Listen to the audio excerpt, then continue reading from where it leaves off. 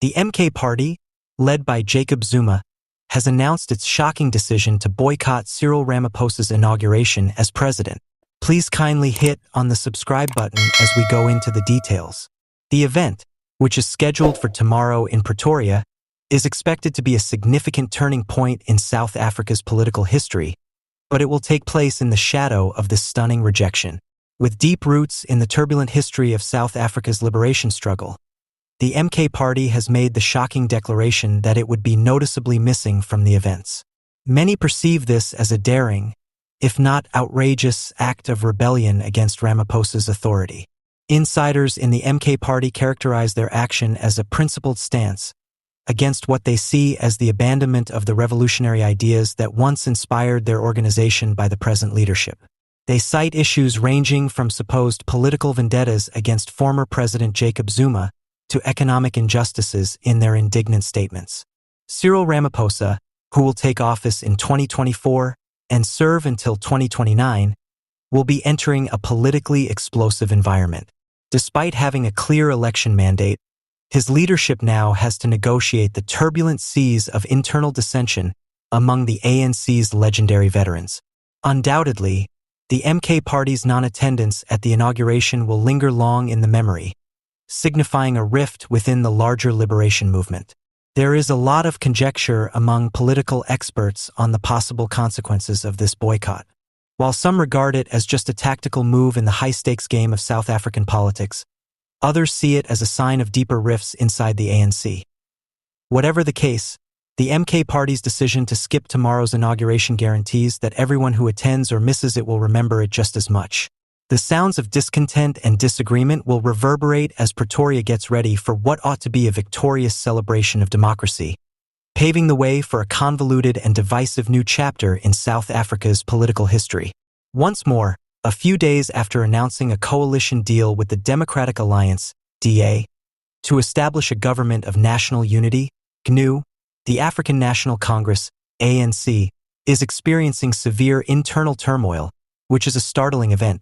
Instead of helping to stabilize the political environment, the agreement has led to a wave of resignations from influential ANC members who see it as a betrayal of the party's fundamental principles.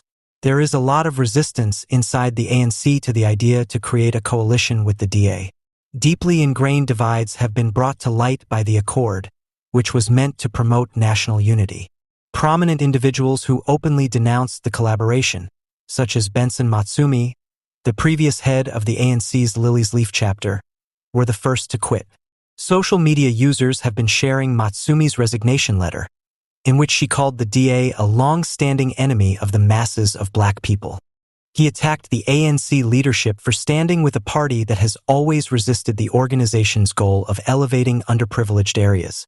The resignation of Matsumi highlights the deep discontent among grassroots members who believe the coalition undercuts their work and the trust they have gained in their communities. Speaking anonymously, a member of the ANC's Lilies Leaf chapter said that the party's grassroots had pervasive sentiments of betrayal.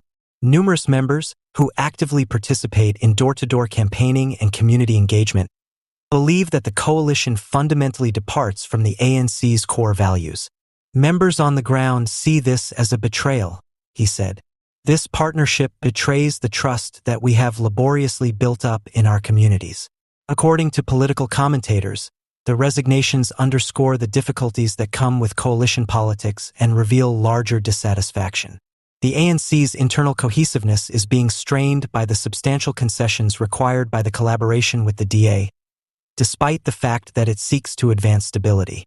It will be very difficult for the leadership to balance this plan with the goals and ideals of its constituents.